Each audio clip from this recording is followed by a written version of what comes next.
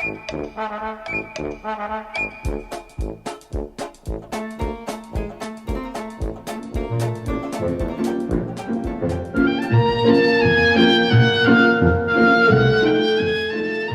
teatro é mais do que um prédio onde as peças são encenadas. Teatro é uma arte viva. É onde os dramaturgos escrevem roteiros, os diretores supervisionam os ensaios, os cenógrafos e a equipe técnica trabalham nos bastidores e os atores atuam no palco. Todas essas pessoas têm um papel importante. Mas o teatro só é teatro até que haja uma audiência para viver essa magia. Então, como podemos chegar a essa audiência? Como conseguir atrair o público?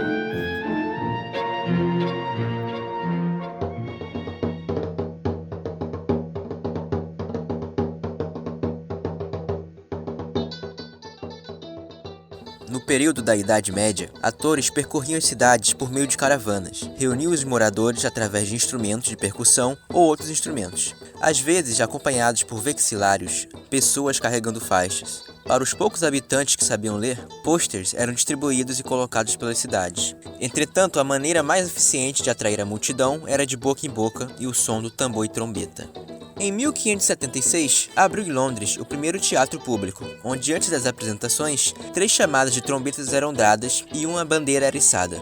Segundo o site britânico Victoria and Albert Museum, os primeiros cartazes mediam cerca de 17,5 cm por 7,5 cm. Alguns foram impressos em 1587, quando uma gráfica recebeu uma licença para ser a única gráfica de cartazes teatrais. A partir de 1662, os cartazes receberam pequenos detalhes da peça com título, data e hora do início no qual foram produzidos, em papel de trapo feito à mão, pelo processo de impressão chamado impressão tipográfica.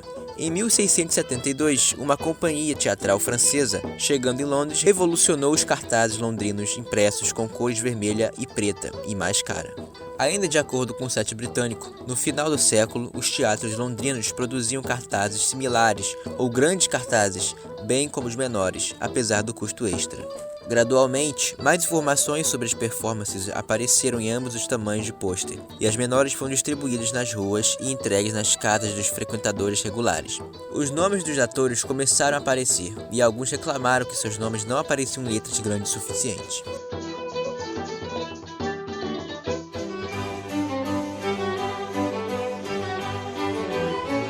No século XIX, circos e menageries tomaram conta do mercado publicitário. As imagens de animais de performances circenses eram mais chamativas, principalmente para os que não sabiam ler.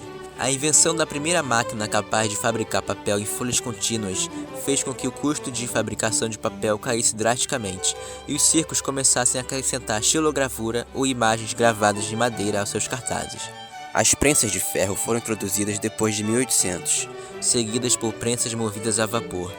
Mas embora fossem muito mais rápidas, elas eram caras de instalar. Além de que só era possível imprimir o texto, a imagem era acrescentada depois.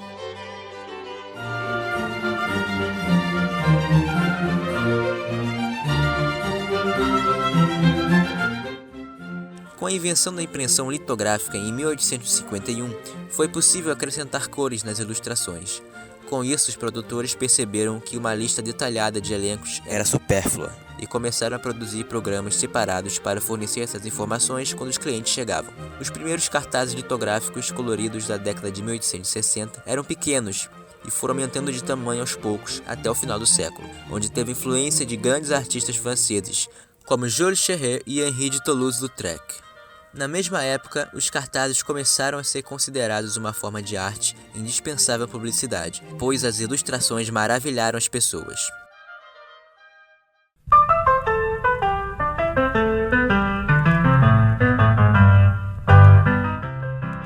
No início do século XX, algumas produções usaram lençóis em forma de peças de quebra-cabeça, como um grande banner introduzindo uma nova forma de publicidade. Um exemplo disso foi o Teatro Adelphi, que para uma turnê de um melodrama compôs um pôster de 56 folhas separadas e impressas em 28 cores. Com o crescimento do mercado, algumas gráficas criaram modelos generalizados, no qual produtores não precisavam mais criar o seu cartaz, mas sim apenas pegar o molde e introduzir o seu texto. Avanços foram feitos na tecnologia de produção, incluindo a serigrafia e a litografia mecanizada. Entretanto, com o decorrer do século XX, a exuberância dos cartazes diminuiu, influenciados pelas duas grandes guerras mundiais. A produção de cartazes foi afetada e os cartazes tipográficos foram os mais comuns.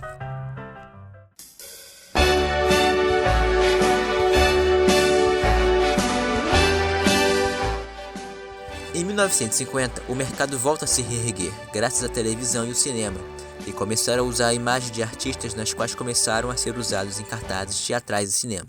Porém, só fomenta a partir dos anos 60, com o pop art, que usava serigrafia extensivamente para produzir os pôsteres coloridos. Sendo os cartazes mais inovadores de concertos, clubes e álbuns, os jovens colecionavam os cartazes avidamente e usavam como forma de decoração.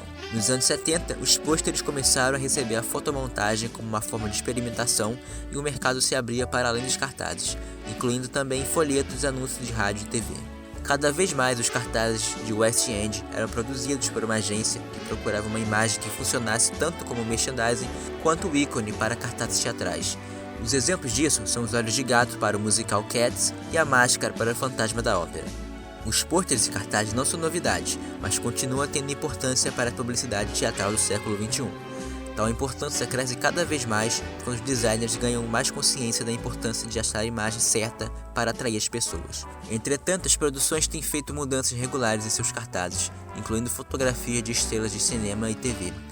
Muitos dos motivos das mudanças são uma nova abertura, incluir comentários da imprensa, outros para anunciar mudança de elenco ou fim da temporada. Mas quais seriam os desafios de um publicitário para fazer um cartaz?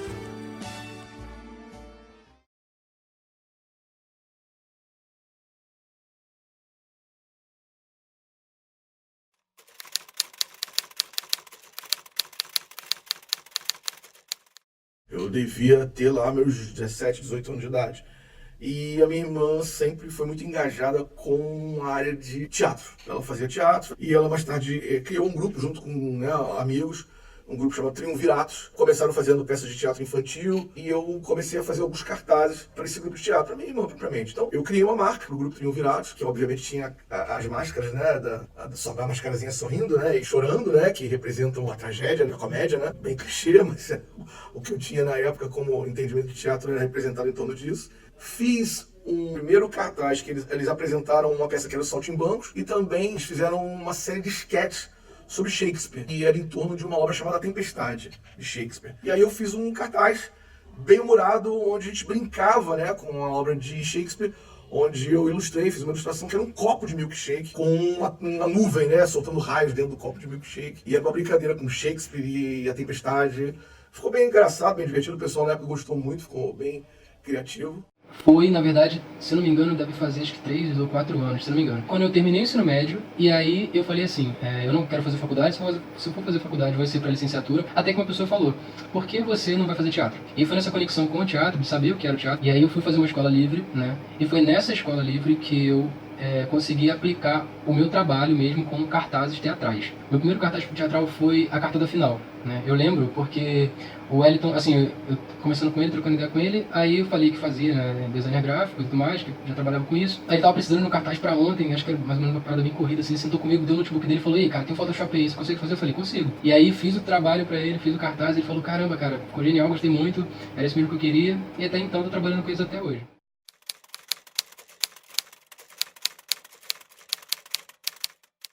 O que o cartaz tem de especial é que, ao mesmo tempo que ele tem um grande impacto visual, por ser uma peça de grande formato, é uma peça que você pode acomodá-la dentro de um ambiente, por exemplo, de um mural, num quadro de avisos, nos pilares de uma faculdade, né, dos pilastras de um determinado saguão, de um hall qualquer. Então ele tem esse lado interessante. Eu não tenho como, por exemplo, colocar um outdoor no mural, num corredor de uma empresa. Mas o cartaz ele se acomoda dessa maneira e ainda assim tem um grande impacto visual. Então, já de primeiro, eu diria que todos os meios de divulgação têm a sua importância, né? Todos eles, independente de qual seja, têm a sua forma, têm o seu motivo, têm o seu porquê de se comunicar, e eu me refiro isso em tempo histórico, né? Existem tempos, existem épocas para se tratar com os meios de divulgação. E o cartaz, ele tem esse diferencial dele ser universal, no sentido de que tanto a criança quanto o adulto, eles terem essa impressão com o que eles vão ver.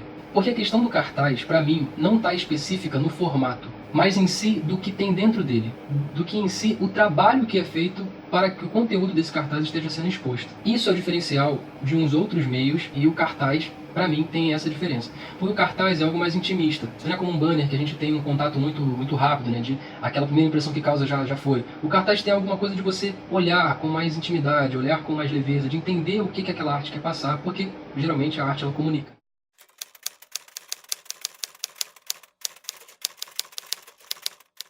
Bom, o cartaz, de um modo geral, ele tem que ser legível, ele tem que ter um volume de texto mais reduzido. A gente tem que lembrar que o cartaz ele vai ser visto à distância, então o cartaz com muito texto ele começa a ter dificuldade de ser lido à distância.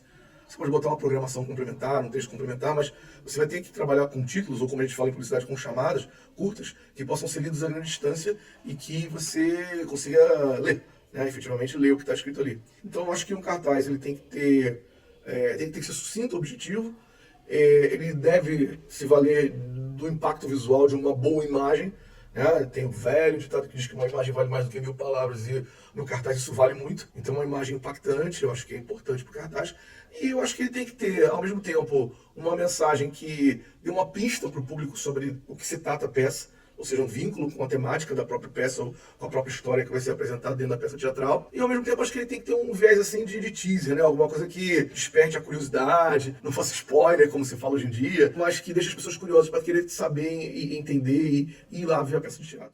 Entrega de quem está nesse trabalho de imergir a obra. Porque assim, eu acredito que existe um trabalho do artista gráfico, do designer gráfico, de quem for, de mergulhar, de se aprofundar, de colocar a mão naquela folha em branco que aparentemente para as pessoas não existe nada, mas que existe, porque a obra já está pronta. E assim, parece que eu estou falando contra o design, mas ensinando dentro do cartaz, né? Mas é porque se o cara ele entrega tudo isso para o cartaz ele tá completo. Seja às vezes o cartaz só com uma imagem, o cartaz ele pode ter muitas vezes documentado. Eu acho necessário, sim, o cartaz ter data, o cartaz ter... É necessário para uma pessoa ela olhar para aquilo. Eu faço muito cartazes de divulgação, então a divulgação é necessária, as pessoas ter tudo necessário para que ela alcance a peça, chegue até a peça, o horário, o local, o ingresso e tudo mais. Né? Os apoiadores também são importantes, então se tiver ou não tiver. Mas também se o cartaz só tiver uma imagem, só tiver uma letra escrito, eu também acredito que tem a sua importância. Depende de como esse cartaz quer chegar até as pessoas. Né?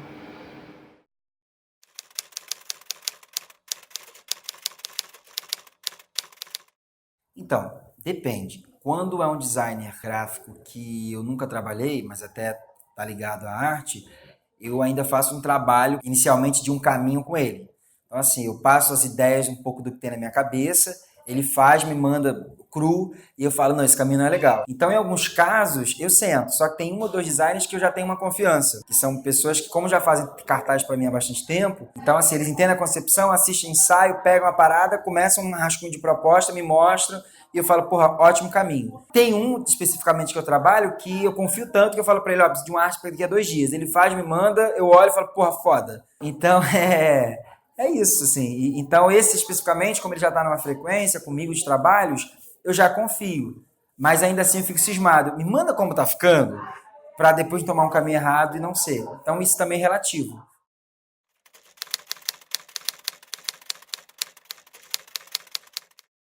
O trabalho de criação de cartaz, ele começa sempre com uma conversa com o cliente, né?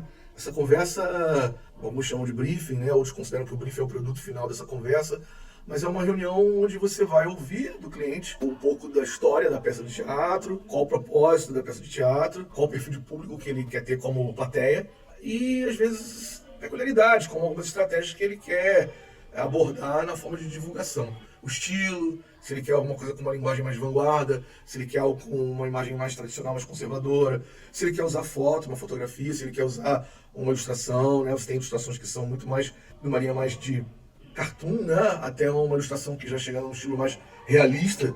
Um grande ilustrador que me inspirou muito, um ilustrador que fez muitos cartazes de cinema brasileiro, né? Durante a década de 70 e 80, que é o Benícius. O Benícius era um cara que ilustrava, e de longe você olhava e achava que era uma fotografia, né? Então, eu vou falar um pouquinho da minha pesquisa, que eu acho que isso tem a ver. Eu, como eu falei, né, eu pesquiso Jazz Grotowski, pesquiso também o finalzinho da vida do Stanislavski, Artaud, enfim, outros seres da dramaturgia, outros seres alguns da psicologia também, mas que envolvam o teatro psicofísico. E o ato de se criar um cartaz, para mim, eu entro em estado, busco entrar em estado de conexão, estado de presença, estado entre meu corpo e mente. Que eu acredito que muitas das vezes são ações psicofísicas. E o meu processo de criação, ele precisa ser muito fluido, para que a pessoa tenha essa conexão, né? Tenha essa conexão com o cartaz. Então, o meu processo de criação de muita música, obviamente, que a gente estuda, a gente busca fontes, a gente faz a decupagem de imagens, a gente faz a pesquisa, a gente vê as imagens que mais se adequam, mas aí coloca tudo e ali a gente vai montando, a gente vai criando, a gente vai pintando, né? A gente vai desenvolvendo.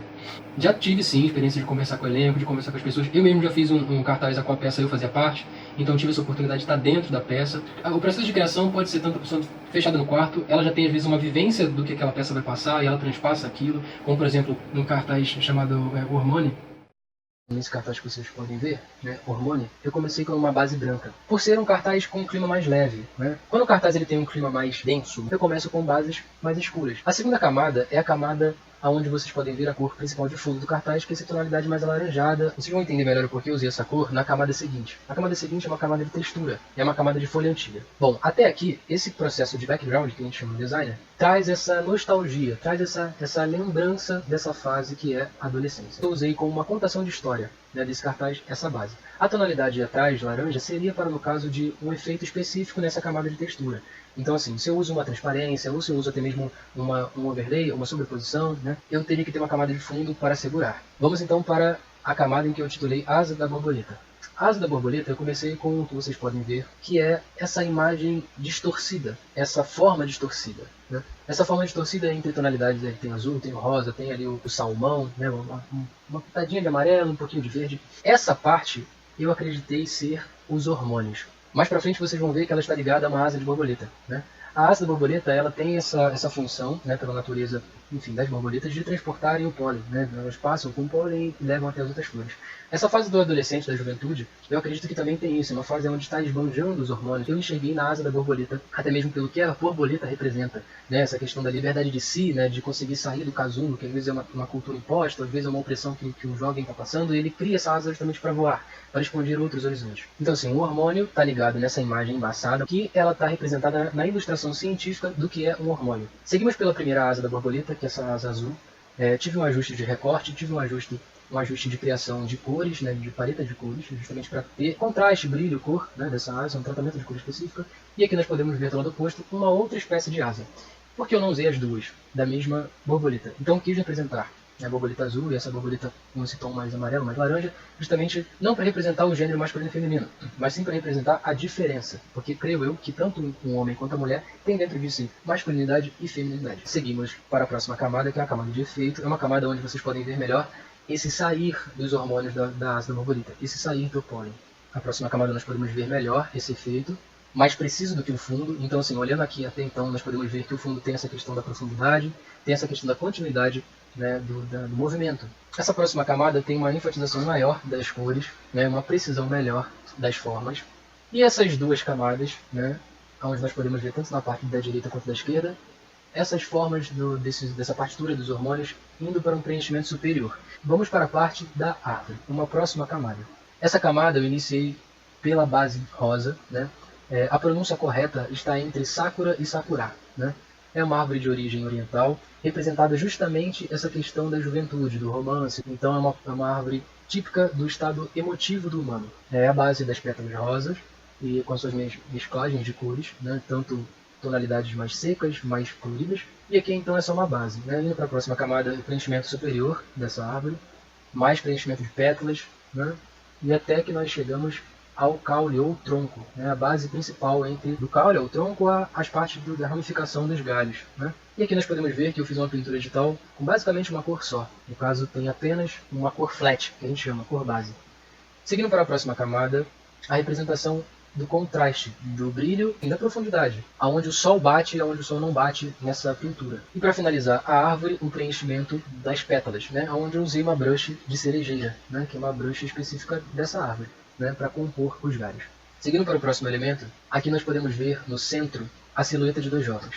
Essa silhueta eu usei como base uma pronta, mas a pintura digital era totalmente originária minha. Justamente para compor o segmento da árvore, eu enxerguei ali, né, como se fosse um pousar da borboleta, e que podemos fechar a parte artística. Bom, seguindo para a parte de informação, Informação de horário do local, informação dos nomes dos atores, informação de elenco, né, em geral, a parte da produção, a direção de música, né, os dias ali, os horários. As informações que são necessárias para o cartaz, né, para a divulgação do cartaz. Bom, a classificação de idade é uma coisa que eu exijo, porque é bom a pessoa ela ir sabendo do que se trata a classificação de idade, no caso 16 anos dessa peça. E ali no caso o Cantum, que eu achei melhor. Seguindo para a parte central do tema, que nós podemos ver, né, uma fonte utilizada, uma fonte específica, tem uma camada de sombra por trás dela, né, uma letra, tipografia, onde por sua originalidade foi um outro designer que desenvolveu. Aqui nós podemos ver o musical representado à base, né, até porque essa peça se tratava de um musical. E a questão do acento. Muitas das fontes, às vezes, por ela vir, né, ela não ser brasileira, a forma em que a pontuação, os acentos são colocados na fonte, elas mudam, né? Eu precisei criar esse acento agudo, né? Mas muitas das vezes as pontuações dos acentos eles já vêm com a tipografia da arte da fonte. Vamos agora para a parte de efeitos, a parte da palheta. Bom, primeiramente, aqui nós temos uma pesquisa de cor representada a um tom mais fechado, onde harmoniza todas as cores desse cartaz. A segunda camada de pesquisa de cor, ela evidencia os galhos, o fundo ele realça mais esse amarelado, essa cor de areia, justamente enfatizando os hormônios, a tonalidade dos hormônios, que é a representação dos hormônios, e também das asas. A próxima camada de ajuste é justamente para enfatizar apenas o pomar, apenas a árvore. Ele pode perceber que trouxe uma tonalidade roxa, né, as pétalas, e que eu achei interessante manter. A próxima camada tem como objetivo enfatizar mais os hormônios, deixar com que eles fiquem mais pesados, né, no sentido de retratar melhor essa química que acontece, essa transformação que acontece dentro do corpo humano. E a última camada, ela é uma camada de palidez, né? Ela é uma camada onde ela harmoniza o que está gritante e o que não está gritante nas cores. Seguindo para o fechamento do cartaz, é exigido que eu coloque os realizadores, né, no caso é a oficina de atores. Para fechamento, né, há a questão da minha identidade visual, né, a minha marca, que no caso é representada ali por esse S, o meu arroba, né, que seria a forma que as pessoas podem achar os meus outros trabalhos, né, pesquisando tanto no Facebook, quanto no Instagram, quanto nas redes sociais. Então, esse é o processo de criação deste cartaz, Hormônio.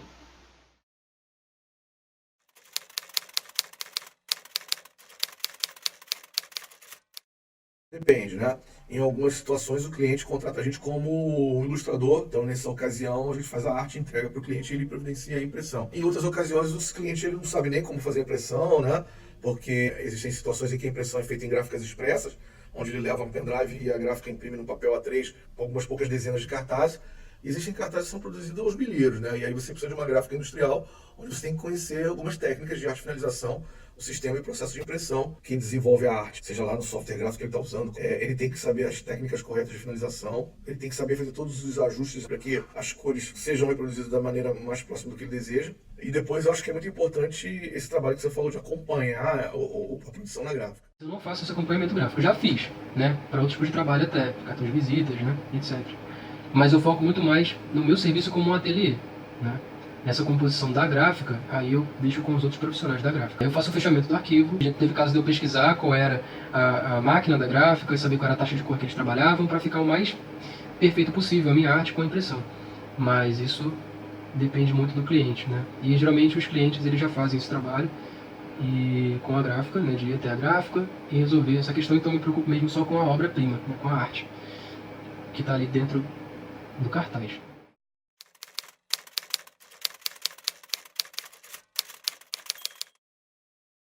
Sim, muito. Porque assim, a gente precisa. Hoje a gente tem rede social. Então, hoje um cartaz a gente circula no Facebook, no Instagram, bota no Stories. Então, hoje a gente precisa de uma arte que chame.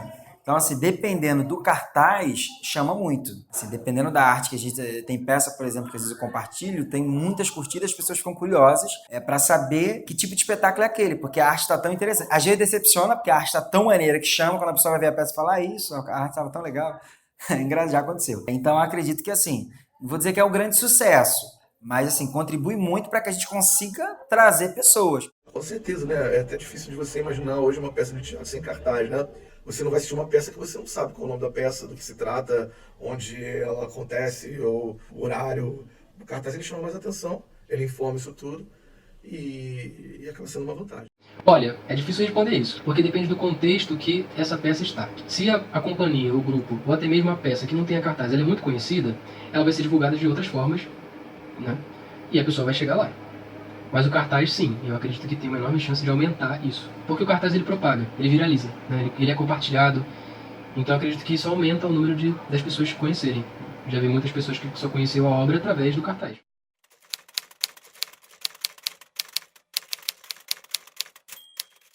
Eu acho que para uma peça de teatro é fundamental o cartaz, né? Na verdade, a gente tem que entender que o cartaz está ganhando um novo formato digital, onde ele aparece dentro de Facebook, ou Instagram, ou em qualquer rede social.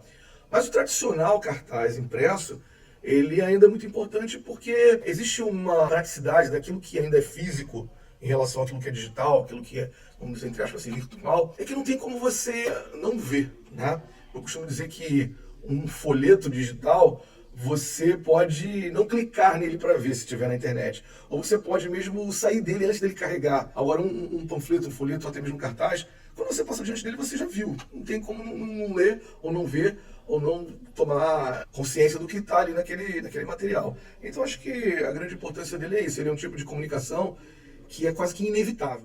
O designer tem essa versatilidade de conseguir caminhar pelas épocas, de fazer cartazes de épocas. Você está em 2019 fazer cartazes de épocas medievais, enfim, tem essa possibilidade da criação do artista, do designer gráfico, quem for.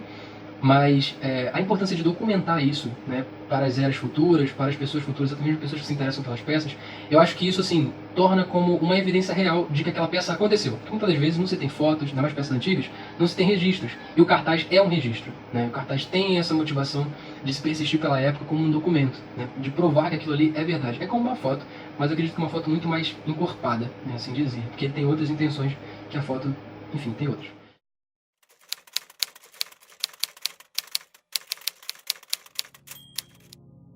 O teatro criou camadas para minha pesquisa quanto ao meu trabalho quanto humano. Então os cartazes para mim é algo sagrado. Eu sei a importância que esse documento tem para a história, né, do mundo, para a história da cidade, muitas das vezes da história da cidade. Então eu sei que o meu esforço, a minha dedicação para aquilo, às vezes para o ator que quer se ver no cartaz, às vezes o ator que quer se sentir parte dessa obra e ele olhar um cartaz bem feito, sabe? Isso me deixa muito feliz.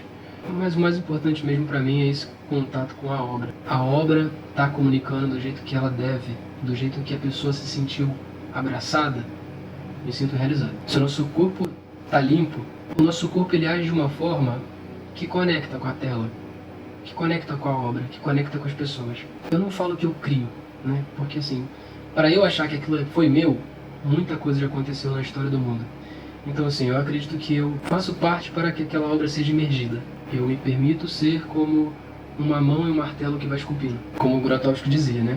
A evolução, ela tá atrás. A evolução tá nos primórdios, a evolução tá na essência do ser humano. Tudo que o ser humano vem criando, na verdade, ele vem expondo tudo isso que já foi feito. E disso que eu tô falando assim, não tô falando nessa gíria que as pessoas falam, nada se cria, tudo se copia, não tô falando isso. Tem pessoa que copia. Tem pessoas que são originais e que criam, mas que para ela criar, para ela dizer, aquilo foi ele que fez, na verdade, ele foi um canal para aquilo. Eu acredito nisso.